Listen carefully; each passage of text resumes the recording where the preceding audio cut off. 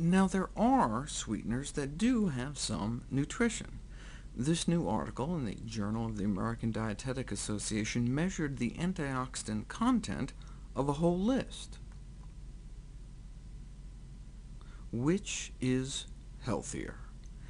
In alphabetical order: agave nectar, blackstrap molasses, brown rice syrup, corn syrup, date sugar, dark brown sugar, light brown sugar, maple syrup, honey, raw cane sugar, plain old sugar, or turbinado sugar.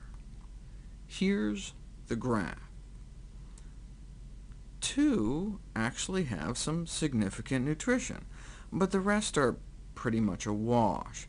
Let's start filling this in. Should we start with an easy one to launch us off? Table sugar versus raw, pure, organic agave nectar. Which is worse? Does sugar have less nutrition, or does agave nectar have less nutrition, or do they both have the same? Remember how I asked if we should start out with an easy one? Well, I guess the answer is no. They both have exactly the same nutrition, which is to say, basically none. Sugar is here, agave is here, each with a completely pitiful 2/millionth of a mole of plasma ferric acid producing ability, which is essentially zero antioxidant power. There's one sweetener with even less, though. Now, all those down at that end are basically just empty calories, but out of curiosity, which has even less nutrition than sugar? 10 left to choose from. Which one was all the way down at the end? Least nutrition. Now, we knew corn syrup was here, remember? Same as sugar. They're all empty calories, but brown rice syrup measured out as the emptiest.